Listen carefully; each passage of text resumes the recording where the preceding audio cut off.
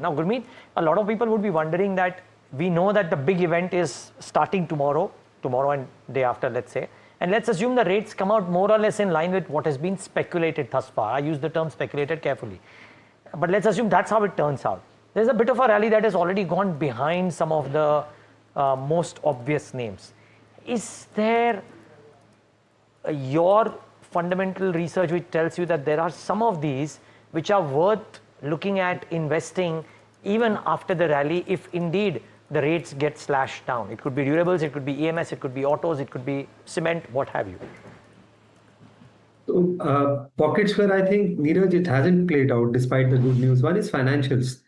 So if you're very convinced that we have a consumption revival, we have a capex revival, it will get reflected on the bank balance sheet and the NBFC balance sheet. And look at the way Bank Nifty is done. I think it's down 2,000 points from 56,000 to sub 54,000. Most banks are at below their 10-year median valuation. You have Federal and RBLs of the world at one price to book. SBI again 1.1, 1.2 price to book.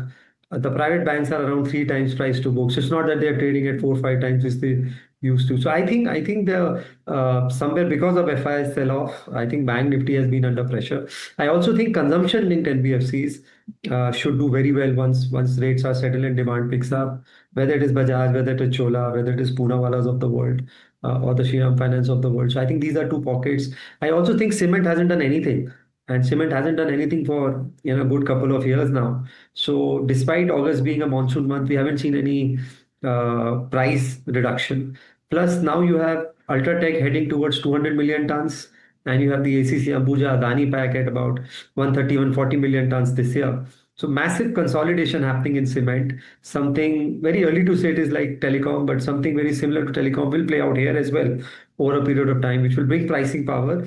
And any GST reduction also would spur demand with festive season. So that's another pocket to play. And then there are small pockets like within agriculture, there could be waiver, complete waiver. Like for example, in farm equipments and water pumps, selected fertilizer companies where GST may go from 5 to 0, urea already is at 0.